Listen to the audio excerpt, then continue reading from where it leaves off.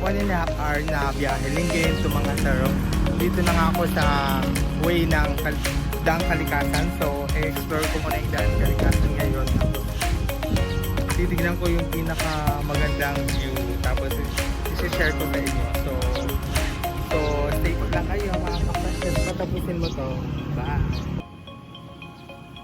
So, mga kapasyon, kung napapansin nyo doon, may mga palay na pinapa-araw kasi dito maraming farmer na nagtatanim ng palay. So, yan, nakikita nyo. Gusto ko rin ma-experience yan, kaya sana ma-experience. So, magpa-araw ng palay.